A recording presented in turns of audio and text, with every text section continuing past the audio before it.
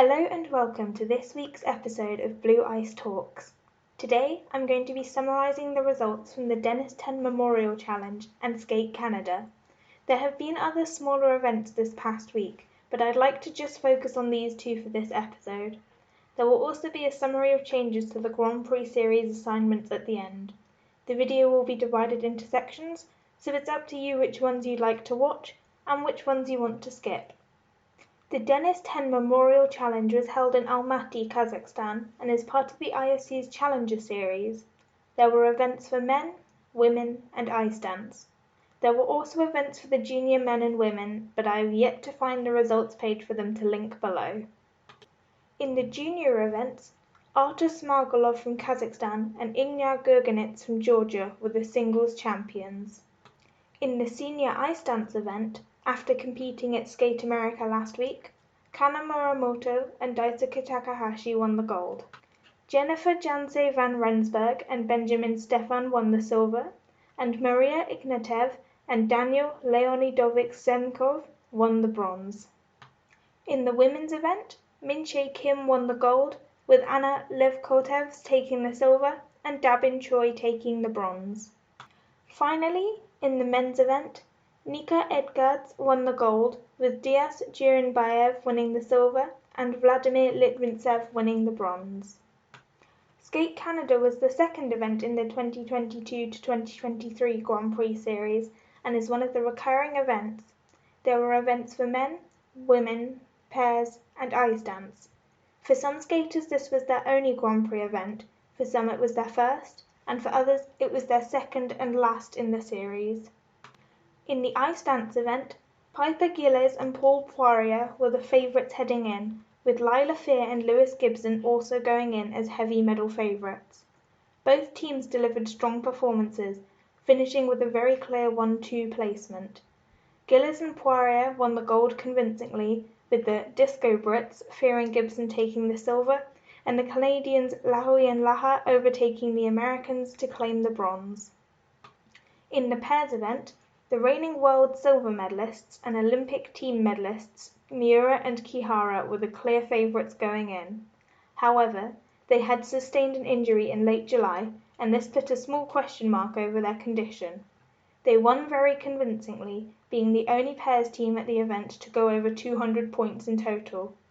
Emily Chan and Spencer Akira Howe from the USA won the silver medal, only 0.3 of a mark above the bronze medalists Sara Conti and Niccolò Macchi from Italy. In the women's event, there were changes everywhere. There wasn't so much of a clear favourite going into this event, as arguably Madeline Schizas and Young Yu both had high medal potential, but Rinka Watanabe had already beaten world champion Kaori Sakamoto earlier in the season and had a triple axel in her arsenal. After lots of chopping and changing in the free skate, Rinka Watanabe emerged victorious after a glorious free. American Star Andrews earned the silver medal, and, arguably the most consistent skater of the event, Young Yu from Korea took the bronze. There was an issue during Madeline's free skate, as, when she finished, she approached the referee and showed them that there had been a plastic tube on the ice the whole time. It was likely something used to keep flowers fresh that hadn't been noticed and cleared up from the previous skater's gifts.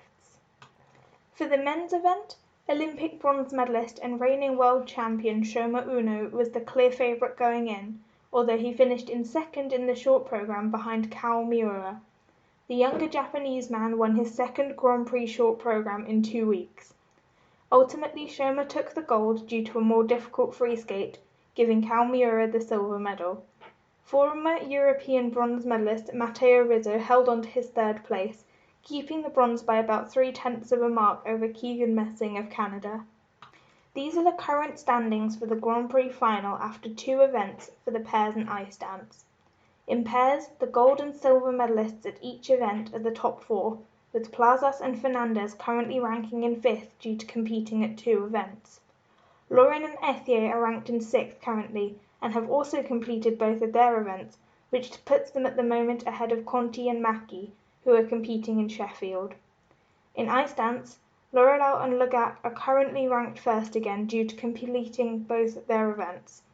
After them, it's a straightforward ranking of the gold medalist down to the bronze medalist, to round out the top 6, with the 4th and 5th place finishers as the substitutes.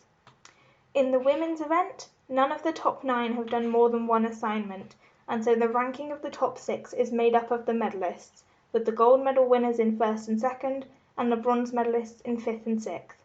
It's interesting to see that Rika Kihira, who is coming back from her injury and did not do any triple flips, lutzes or axels, is ranked higher than Ekaterina Kurakova, who finished 5th at Skate America. For the men, Kao Miura is the only one to have done both his assignments, and he won silver at both. I'm not 100% sure as I haven't done the maths, but I think that this is enough for him to qualify to the Grand Prix final in Torino. After Kao, it is again a straightforward ranking, as no one else in the top 9 has competed in 2 events. There have again been some changes to the Grand Prix assignments this week. I won't cover those at Skate Canada since it has now passed. At Grand Prix de France, Mikhail Shaidorov has been replaced by Lukas Britsky. Peng and Jin have also withdrawn due to Jin's injury, and Kevin Amos has been replaced by Laudry Lemay, also due to an injury. At the NHK Trophy, Boyang Jin has withdrawn due to recovery from surgery and has been replaced by one of my personal favourite skaters, Konrad Orzel. At the Grand Prix of Espoo, Peng and Jin have been replaced by Efimova and Blumert, and Holinchenko and Darinsky have been replaced by Valesi and Piazza due to an injury. Next week there are some smaller events going on, but the main event is the 3rd event in the Grand Prix. Moving away from North America, it is now moving to Europe and Angers in France for the Grand Prix de France. There will be events for all senior disciplines, and it will be from the 4th to the 6th of November. Thank you so much for watching. Thank you to everyone who sent me feedback on the videos via social media. I really appreciate the comments and will keep trying to improve these. As I said before, studying is getting more intense for me, but I will do my best to keep this going. If there's anything you'd like to add to my summary or that you'd like me to change, please let me know in the comments. My card with my links is in the description, along with the links to the results I displayed. See you in the next one!